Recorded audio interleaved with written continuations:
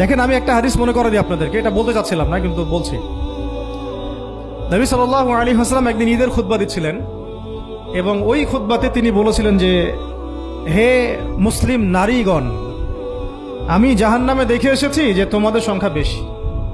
মুসলিম নারীগণের সংখ্যা বেশি এটাও হাদিসের সঠিক ফাহাম না, মানে পুরো এই উম্মতের মধ্যে নারীদের একটা বড় অংশ জাহান্নামে যাবে এই উম্মতের মধ্যে।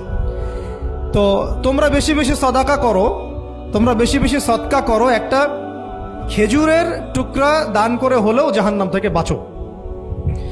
তো এটা বলার পরে বেলাল রাদিয়াল্লাহু আনহু একদিক থেকে আরেক দিক হাঁটছিলেন, সাথে একটা কাপড় ছিল।